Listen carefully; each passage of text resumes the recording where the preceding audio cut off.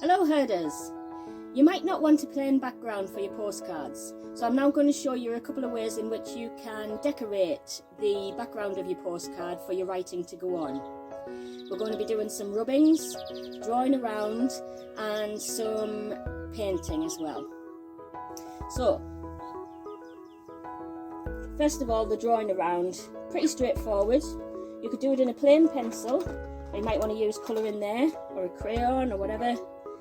And you get your, so I'm going to use this pencil here, and just got a simple stick there. You can use whatever you want. So these are things that you find out on your adventures, out on your walks, and you simply place the object onto the page and trace around it.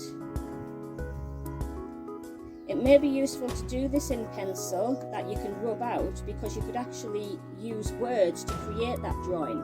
So you use the pencil outline to start with, and then if you actually write words relating to that object within the outline, you can then rub the outline out and you have a piece of artwork that is created using words. So that's one way to do that. Another way to decorate is to use rubbings. So I've got some lemon balm which I found in my garden, and I'm just going to pick off a couple of the leaves, and I'm going to pop. What I'm doing here is I'm using some scrap paper, and this is to play around with different designs so that I can actually decide on the final one that I'll be putting on the postcard. You could do this as well if you find a scrap of paper, or you can go direct onto your postcards. It's entirely up to yourself.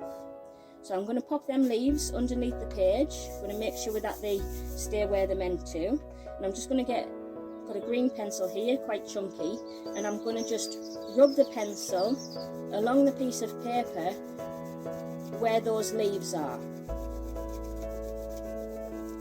And you don't have to do it very hard, you can do it quite light, and what you should get is the pattern of the leaf on the page.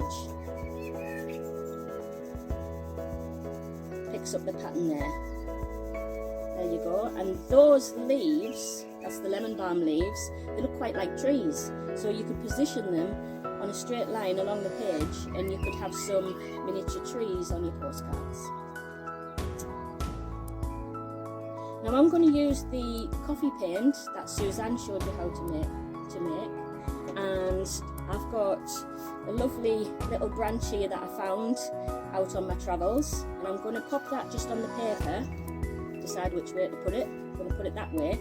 Now I've put the coffee paint in a spray bottle. This is just one of those travel spray bottles that you take your cosmetics in when you go travelling. And I'm going to just make sure that stays in place. I'm going to turn it around this way. I'm going to make sure it stays in place. And all you need to do is just spray it over the top there, not very much. And if you take that away, you will need to wait for this to dry, of course, but you take it away and you can see you've got the pattern of the twig on the page. So that's another way to do it, and then you can just write over the top of any of those.